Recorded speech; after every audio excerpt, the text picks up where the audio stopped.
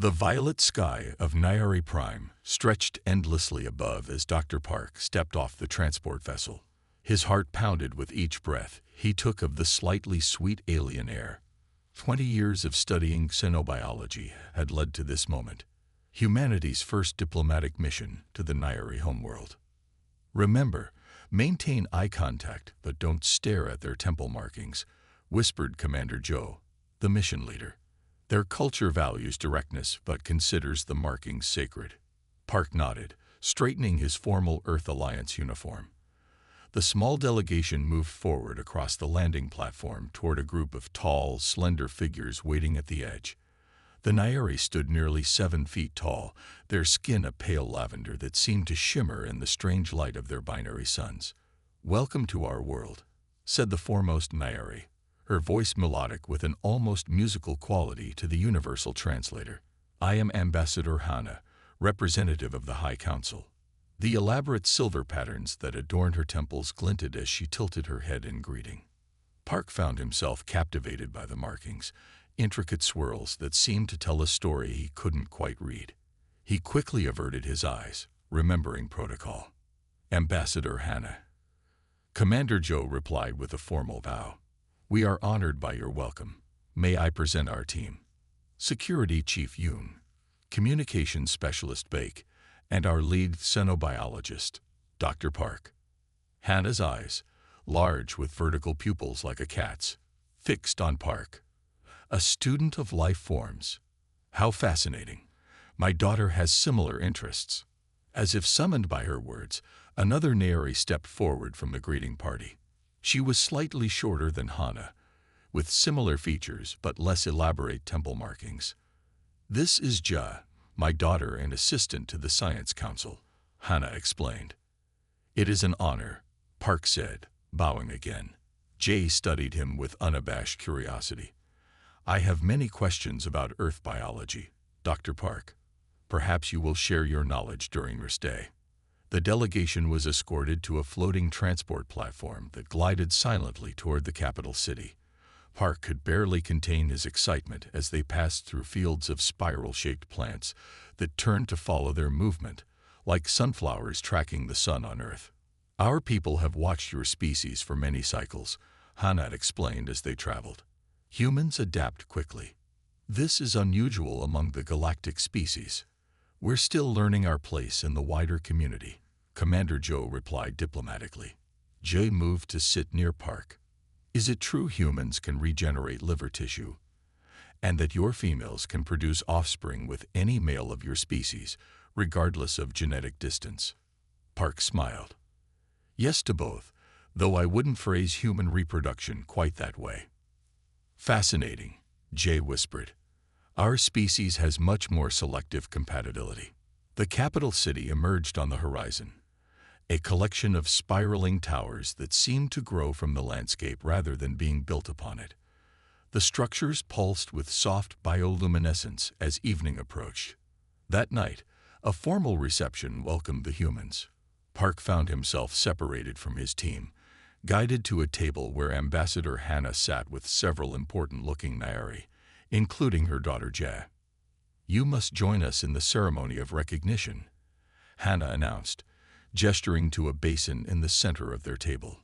"It is how we formally acknowledge honored guests." Park glanced across the room, seeing Commander Joe engaged in conversation with other officials. He didn't want to disrupt protocol, but neither did he want to refuse what seemed an important cultural gesture. "I would be honored," he said. The basin contained a clear liquid that shimmered like mercury but flowed like water. Hannah placed her palm into it first, followed by Ja.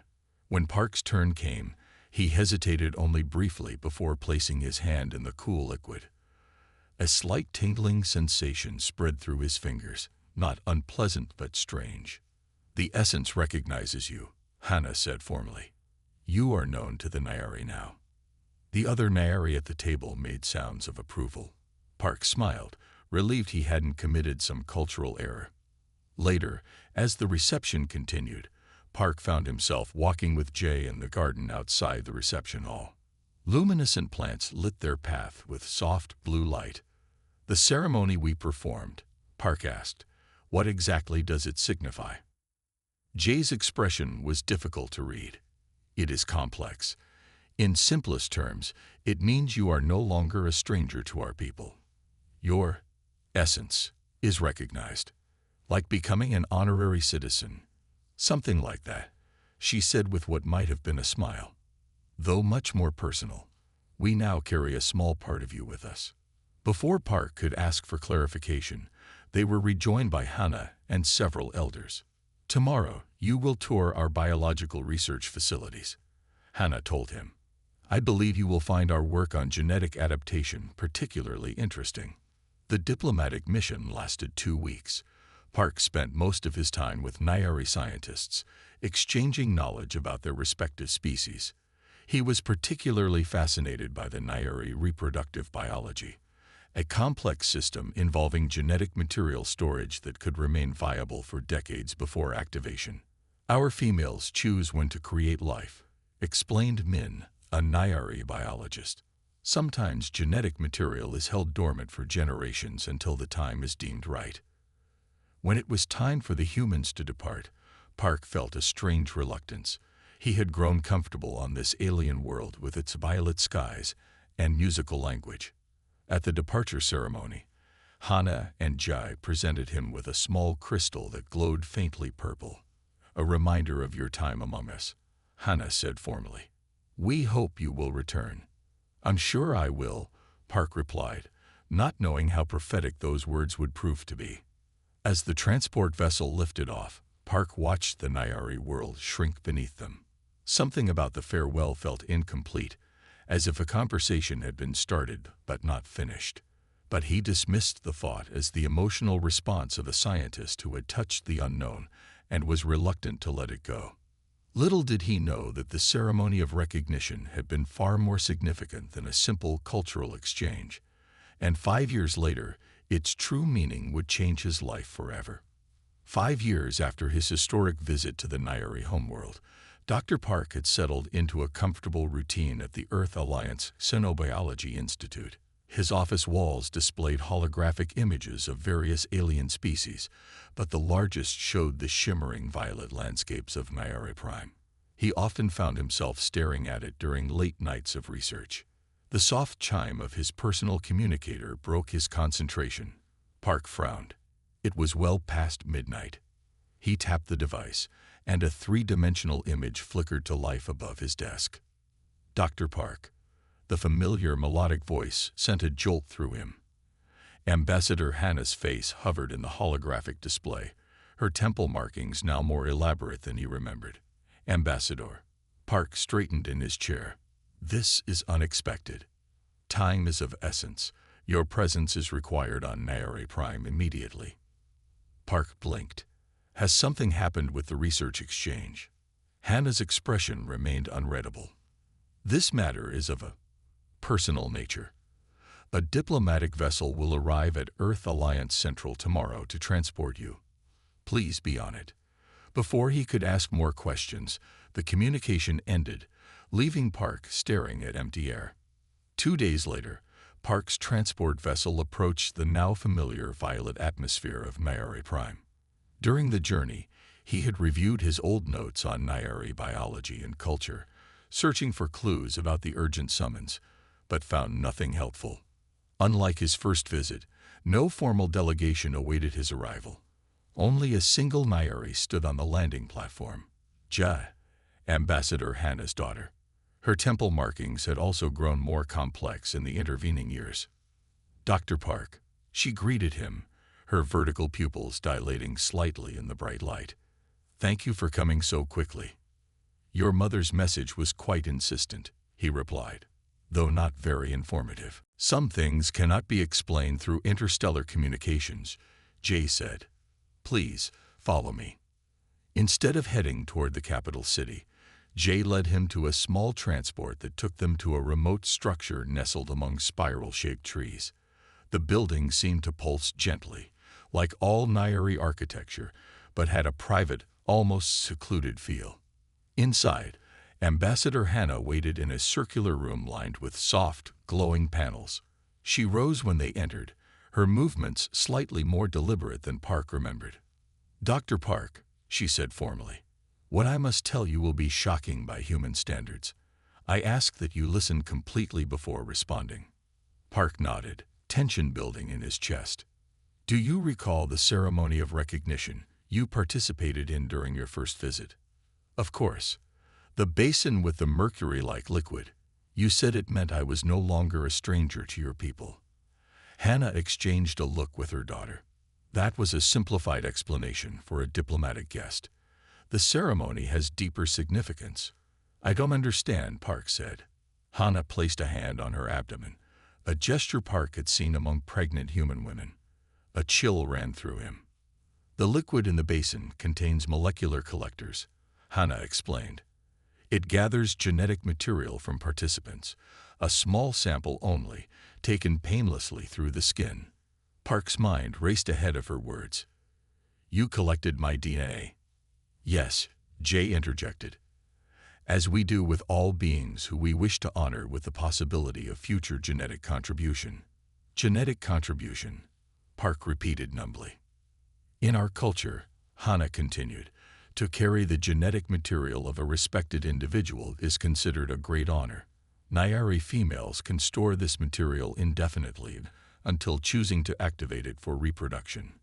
Park felt lightheaded. Are you saying? Both my daughter and I have activated your genetic material, Hannah stated directly. We are both carrying hybrid offspring. The room seemed to tilt around Park. He grabbed the edge of a nearby seat to steady himself. That's biologically impossible, he stammered. Cross-species reproduction. The genetic barriers. We believe the same, Jay said, moving closer. Like her mother, she placed a hand on her abdomen. Yet medical scans confirm viable embryonic development in both of us.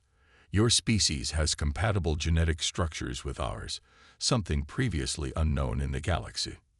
Park fell into the seat, his mind whirling with scientific implications. Why didn't you ask permission? This violates every ethical standard for genetic research. Hannah's expression showed genuine confusion. The ceremony itself is the asking and giving of permission in our culture. You placed your hand in the basin willingly. But I didn't know what it meant. Park protested. This misunderstanding is why we requested your presence, Hannah said. By Nayari law, you have parental rights and responsibilities. We needed to inform you before the pregnancies became noticeable. Park tried to focus on breathing. How many others know about this? Only the High Council and our personal physicians, Jay answered. But such news cannot remain secret for long. The political implications alone. Park trailed off, his scientist's mind already calculating the consequences. Earth and Nayari relations are still fragile. This could be seen as a biological infiltration by those who oppose alien contact. And many among our people will view these children as impure, Hannah acknowledged. Yet they exist, growing stronger each day. Park stood suddenly and began pacing. I need to see the medical data. All of it. If this is true, if human and Nayari DNA can combine successfully, it changes everything we understand about xenobiology. Jay activated a hovering display panel that filled with Nayari text and medical images. These are our most recent scans.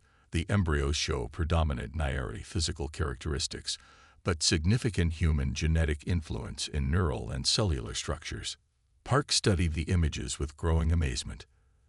The tiny forms visible in the scans were unlike anything he had ever seen, clearly alien, yet with unmistakably human elements.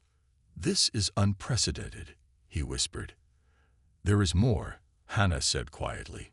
Early readings suggest these offspring may possess abilities neither of our species has individually. The genetic combination appears to create something new. Park looked up from the scans to the two Nayari females watching him. One the respected ambassador, the other her scientist daughter, both now connected to him through the impossible children they carried. What happens now? He asked. That, Hannah replied, is why we summoned you. The future of these children, and possibly our species' relations, depends on what we decide together. Outside the window, the twin suns of the Nayari system began to set, casting long shadows across the alien landscape. Park realized that his life had irrevocably changed, along with humanity's place in the galactic community. The discovery they now faced would transform everything. News of the unprecedented pregnancies spread quickly despite efforts to maintain secrecy. Park had barely spent a week on Nyari Prime before the Earth Alliance Council demanded his immediate return for consultation. He knew what that really meant: interrogation. The sterile white conference room at Earth Alliance headquarters felt cold and hostile compared to the organic architecture of the Nyari world. Park sat alone at a long table facing 5 grim-faced council members. The central screen displayed the stern image of Representative Gill, the head of Earth's Interspecies Relations Committee. "Dr. Park," Gill began, his voice echoing in the nearly empty room, "do you understand the severity of this situation?" Park maintained his composure.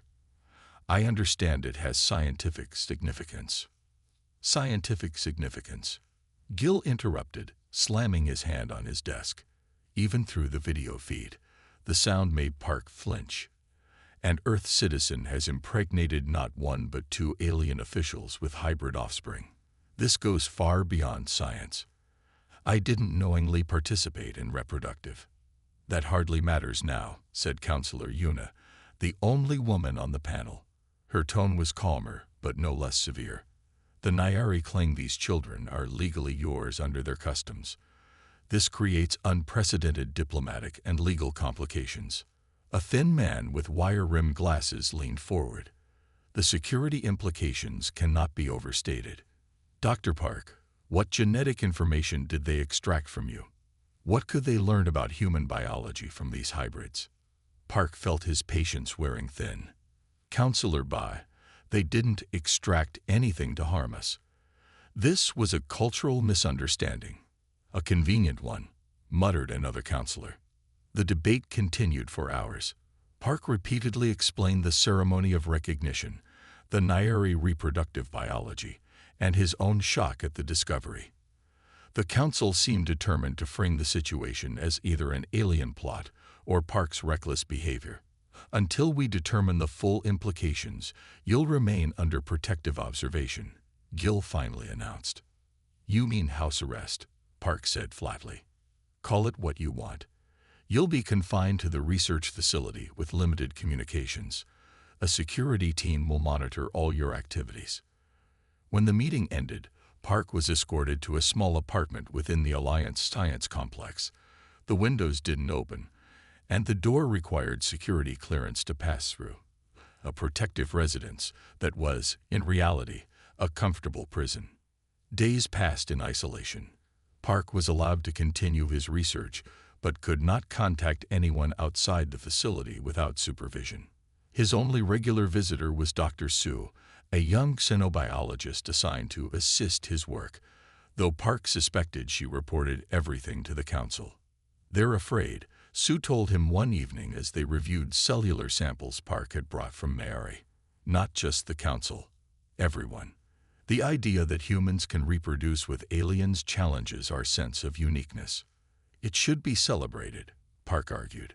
"This could open new pathways for interspecies cooperation." Su glanced nervously at the camera in the corner of the lab. "Not everyone sees it that way.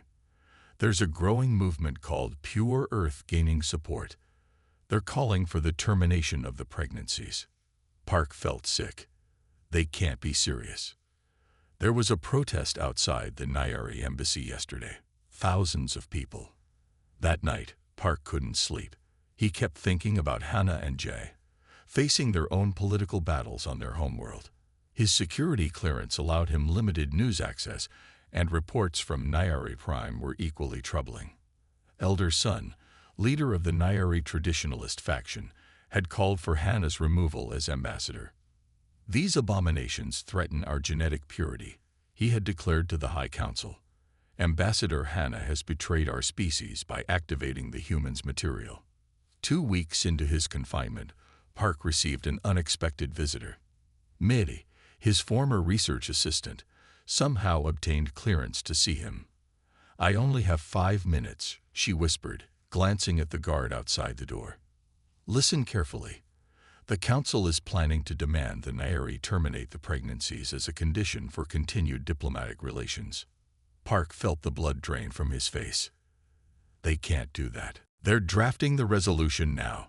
But there's something else you should know. May pulled a small device from her pocket and pressed it against the wall. A soft hum filled the room, temporarily disabling the surveillance. The Nairi aren't the only ones interested in human genetic compatibility, she said quickly. 3 other species have contacted Earth Alliance with reports of successful genetic splicing with human DNA. Your case isn't an anomaly. It's the first public example of something that may be uniquely human. What are you saying? Your DNA, human DNA, appears to have unusual adaptive properties. It can integrate with other species in ways that shouldn't be possible. The Council knows this, and they're terrified of what it means. Before Park could ask more questions, the jamming device beeped and May quickly pocketed it. I have to go. Be careful what you say in here. After Mai left, Park spent hours pacing his small apartment. If what she said was true, the hybrid children weren't just diplomatic incidents. They represented a fundamental shift in humanity's understanding of its place in the galaxy. That night, he received another unexpected communication. This one secretly patched through to his personal tablet. Jay's face appeared on the screen, her expression tense. Dr. Park, we don't have much time. Mother has been removed from her position and placed under house arrest. The High Council is divided, but the traditionalists are gaining power. They want to, she struggled with the words, terminate the pregnancies. The Earth Council is considering the same demand, Park admitted. We can't let them, Jay said firmly. The initial tests show something remarkable. The hybrid embryos have developed a completely new cellular structure that combines the best elements of both species. This could revolutionize medicine for both our peoples. What can I do from here? I'm basically a prisoner. Jay's expression hardened with determination. A Nairi transport will enter Earth orbit in 2 days, officially to retrieve cultural artifacts from your planet. My friend Todd will be on board. He can help you escape if you can reach the landing site. Park stared at her in shock. You're asking me to become a fugitive. I'm asking you to save your children, Jay replied, and possibly change the course of interspecies relations forever. The communication ended, leaving Park in silence. Outside his window, the lights of Earth Alliance headquarters glowed against the night sky. He had a choice to make: obey the Council and potentially allow the destruction of something unprecedented, or risk everything to protect a future he had never imagined for himself. The next morning, he began planning his escape. The escape from Earth had been surprisingly easy with May's help. Park had simply walked out during a fire alarm she triggered, slipping past distracted guards to reach the maintenance tunnels beneath the science complex. Now, 3 weeks later, he stood on Nairi Prime, a fugitive from his own government, watching the twin suns rise over the violet horizon. It won't be long now, said Tai, the Nairi physician who had helped smuggle Park back to this world. Both pregnancies have accelerated beyond our predictions. Park nodded, his hands gripping the railing of the balcony so tightly his knuckles turned white. The small medical facility where they had taken refuge sat nestled in the mountains, far from the capital city and the political turmoil that had engulfed both their worlds. Are they comfortable? Park asked. Tai made a gesture that Park had learned was the Nairi equivalent of a reassuring smile. As comfortable as possible. Jay rests well, though Ambassador Hannah experiences more discomfort due to her age. Inside the facility, Park found Jay sitting up in her bed, monitoring data on a floating screen. Her abdomen was swollen with the nearly full-term hybrid child.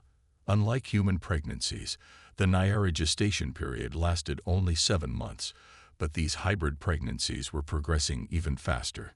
The cellular division rate is twice normal, Jay explained when she saw Park. The human DNA seems to accelerate development. Park sat beside her bed.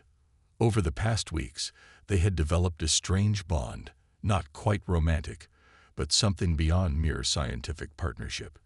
They were united by the unprecedented life they had accidentally created. "Any word from the capital?" he asked. Jay's expression darkened.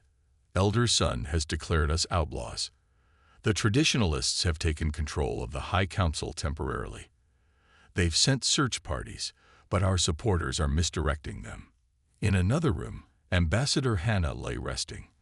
Despite her removal from office, she maintained a dignified bearing. When Park entered, she opened her eyes and regarded him calmly.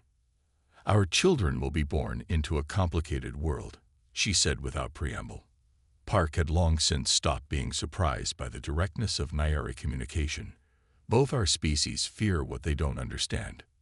"Fear is merely ignorance with power," Hannah replied. "Once they see the children, many minds will change." She winced suddenly, placing a hand on her swollen abdomen.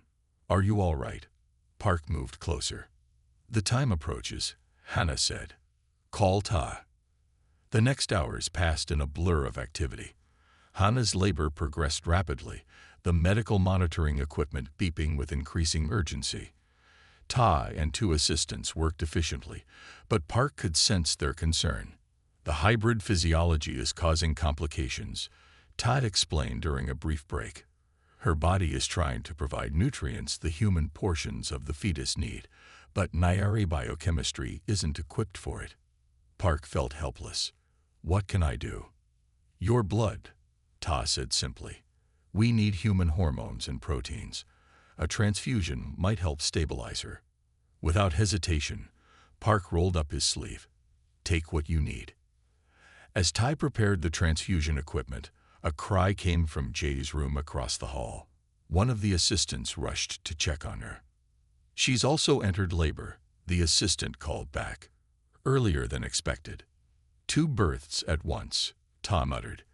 "We don't have enough staff." Park made a quick decision. "Start the transfusion for Hannah. I'll help with Ja." In Jay's room, Park found her breathing heavily. Her normally pale lavender skin flushed a deeper purple. The monitoring equipment showed erratic readings. "The hybrid is struggling," Jay gasped. "Its human systems aren't receiving enough oxygen in my blood." Park's xenobiology training kicked in. "Your blood carries nutrients differently than human blood. The baby needs more oxygen." He quickly adjusted the environmental controls, increasing the oxygen level in the room. Then he gently helped Judd into a more upright position to improve her breathing. "Tell me what to do," he said. "I don't know enough about Nairi birthing." Between labored breaths, Jay gave him instructions. Park found himself acting as midwife to an alien species, helping to birth a child that was partially his own. The experience was surreal yet felt strangely natural. Across the hall, he could hear Hannah's labor progressing as well. Ty called out instructions to his assistant while managing the blood transfusion. Hours passed. The twin suns had completed their arc across the sky, and darkness had fallen when Jay's body finally tensed in a final push. Park's hands trembled as he helped guide the emerging infant. The child slipped into his waiting hands, smaller than a full Nairi infant would be, with skin a pale violet that seemed to shimmer with an inner light. Most striking were the eyes, which opened immediately upon birth, dark like a human's, but with the vertical pupils of the Nairi. "A daughter," Park whispered, gently placing the infant on Jay's chest. "Jin," Jay said softly, the Nairi name flowing like music. "Her name is Jin." Before Park could fully absorb the moment, a cry came from Hannah's room. He rushed across the hall to find Todd cradling another infant, this one slightly larger but with the same shimmering skin and remarkable eyes. "A son," Tay announced, "and he appears healthy, despite the difficulties." Hannah reached weakly for her child. "Dai," she named him. "Strong one." Park stood in the doorway, overwhelmed by the sight of the 2 hybrid infants, the first of their kind in the known galaxy. Despite the physical toll of birth, both Hannah and Jay seemed to glow with the same inner light as their children.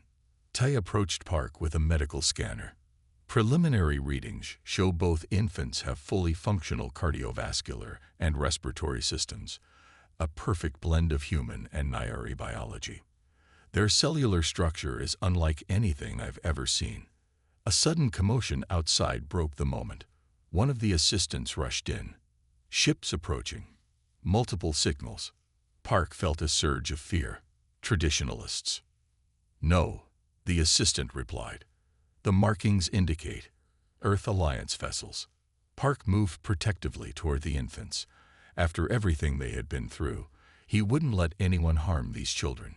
Not the Nyari traditionalists, not the Earth Alliance. Secure the facility, he ordered, and get me a communication link. It's time both our worlds see what they've been so afraid of. As the others prepared for potential confrontation, Park gazed at the two remarkable infants. In their tiny faces, he saw not just the future of two individuals, but possibly a new chapter for both species. Whatever came next, the birth of these children had already changed the galaxy forever. The Earth Alliance ships landed in a wide clearing near the medical facility. Park stood at the entrance, the morning light casting long shadows across the ground. Behind him, Jay and Hannah rested with their infants, protected by Ty and the other Nyari helpers. Whatever happens, the children must be safe, Park had told them before walking out to meet the ships. He expected armed security forces. Instead, Dr. Sue emerged from the lead vessel, followed by May, and most surprisingly, Counselor Yuna from the Earth Alliance. Dr. Park, Sue called, hurrying toward him. We're not here to arrest you. Park remained cautious. Then why bring 3 ships? Protection, Counselor Yuna said as she approached. Things have changed on Earth since you left. The Pure Earth movement tried to attack the Nyari embassy, Mai explained. But something unexpected happened. When footage of the protest aired, people saw the Nyari defending themselves without harming any humans. Public opinion started to shift. Counselor Yuna nodded. The Council has been forced to reconsider its position. We've received reports from other species confirming what your assistant told you. Human DNA has unique adaptive properties. Park studied their faces, looking for deception, but finding none. And the Nyari government. Elder Son has been removed from the High Council, came a voice from behind them. A Nyari transport had landed silently during their conversation. From it emerged a tall figure Park recognized as Bin, the former head of the Nyari Science Council. The traditionalists overplayed their hand, Bin explained. When they attempted to arrest Ambassador Hannah's supporters, many citizens protested. Our people may fear change, but they fear tyranny more. Park felt the tension drain from his shoulders. You all came here for the children. We came to see what might be the most important scientific breakthrough in interspecies relations, Sue confirmed. If you'll allow it. After consulting with Jay and Hannah, Park agreed to let the visitors enter the facility. In the central room, the 2 mothers sat with their infants, who were now 1 month old but developing at twice the normal rate of either species. Counselor Yuma gasped softly when she saw the children. Jin, Jay's daughter, already held her head up steadily, her eyes tracking movement with unusual focus for her age. Dae, in Hannah's arms, reached out with perfectly formed fingers toward the new visitors. They're beautiful, Yuna whispered, and remarkably healthy, Tai added, displaying medical scans on a wall screen. Their hybrid cells have developed a unique structure that allows them to process nutrients from both human and Nyari food sources. Their immune systems appear stronger than either parent species. Sue moved closer to examine the scans. This cellular adaptation, it's not just a combination of both species. It's something entirely new. More efficient, May noted. Look at the energy conversion rates in these cells. As the scientists discussed the implications, Park watched Bin approach the children cautiously. The Nyari scientist extended a finger, which Dai promptly grabbed with surprising strength. The High Council will want to see them, Bin said quietly. As will the Earth Alliance, Yuna added. Park looked protectively at the infants. They're not scientific specimens or political pawns. No, Yuna agreed, but they might be the key to something greater than any of us imagined. 3 months later, Park stood on a platform in the Great Hall of Unity, a newly constructed building that sat exactly between the Earth Embassy and the Nairi High Council chambers. Beside him stood Jay and Hannah, each holding a child that now appeared to be the equivalent of a human 1-year-old. The hall was filled with representatives from both worlds, along with delegates from 12 other spacefaring species who had requested to witness this historic moment. For centuries, we believed that true biological compatibility between species was impossible, Park began, his voice carrying across the silent chamber. We drew lines between ourselves and others, certain that the barriers of evolution could not be crossed. He gestured to the children. Jin now walked steadily on her own, while Dai had already spoken his first words in both human and Nairi languages. These children prove otherwise. Their cells contain a unique structure that doesn't just combine our species but improves upon both. Their immune systems resist diseases that affect humans and Nairi. Their minds process information in ways neither of our species can alone. Dr. Su stepped forward with the latest research findings. The genetic studies confirm that human DNA contains adaptive qualities previously unknown in the galaxy. When combined with compatible species, it creates stable hybrid structures with enhanced capabilities. A murmur ran through the assembled delegates. We've already identified 7 other species with potential compatibility, Su continued. Each combination could yield new insights into disease resistance, longevity, and cognitive development. The representative from a species called the Lorans stood. Our people suffer from a degenerative neural disease with no cure. Could this hybrid science help us? Preliminary tests suggest it might, Park answered. Jin and Dai's neural structures show resistance to similar conditions in both human and Nairi populations. One by one, representatives from different worlds rose with questions. Each saw potential in this unexpected discovery. Not just diplomatic opportunity, but hope for medical and scientific advancement. At the end of the presentation, Ambassador Hannah, now reinstated to her position, addressed the gathering. When I chose to activate Dr. Park's genetic material, I did so to honor an esteemed visitor, following ancient tradition. I could not have known it would lead to this moment. She placed a hand on Dai's head. These children represent not just the future of our 2 species, but a new understanding of life itself. The Earth Alliance and Nairi High Council jointly announced the formation of the Interspecies Genetic Research Initiative, with Park, Jai, and Su as its leaders. Research centers would be established on both worlds, with strict ethical guidelines to prevent misuse of the new science. That evening, after the formal ceremonies ended, Park sat with Jay and Hannah in a quiet garden. The children played nearby, their movements quicker and more coordinated than any pure-blooded child of either species would be at their age. What do you think they'll become? Jay asked softly. Park watched as Jin carefully constructed a tower of blocks that should have been beyond her developmental abilities. Something we can't yet imagine. They're the first, Hannah said, but not the last. Other Nairi are already discussing activation of stored genetic material from compatible humans. And 3 human couples have volunteered to carry Nairi genetic material, Park added. With proper medical support, it seems the process can work in both directions. Above them, the stars emerged in the violet twilight of Nairi Prime. Somewhere among those distant points of light, other species were receiving news of this breakthrough. The galaxy, which had seemed so vast and divided by insurmountable biological barriers, suddenly felt more connected. Do you regret participating in the ceremony now? Hannah asked Park. He watched as Dai toddled over to them, his eyes, so human yet so alien, filled with intelligence and curiosity. No, Park said, lifting the boy onto his lap. Some misunderstandings lead to the greatest discoveries.